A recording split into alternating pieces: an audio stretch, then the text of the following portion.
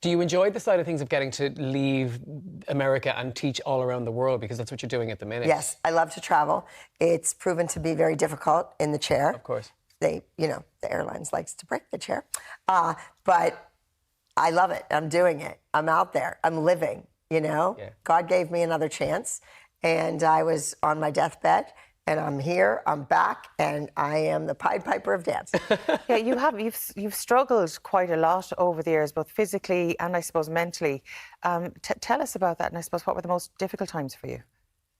Well, when you have this pain in the back of your neck and your eyes are rolling back in your head and you're speaking gibberish and you go to 6 doctors within 10 days and you go home and take it easy, honey, you'll be fine. You know something's wrong. I think a woman knows when there's something wrong with their body. They take care of their children, their husband, their own parents, not themselves. I knew something was wrong, and I was screaming, reaching out for help, and couldn't get it. And at what point did the help come? I mean, how far did you have to go? Well, I was put in for an MRI where they knock you out first, and even knocked out, my arms and legs were flailing about, so they had to admit me. And within 17 hours, I was paralyzed from the neck down. Absolutely terrifying.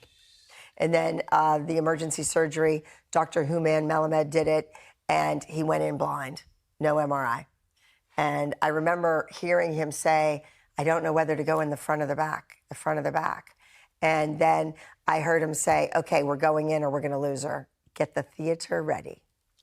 And that's the first time I heard about an operating room being called a theater, because I'd never had surgery before.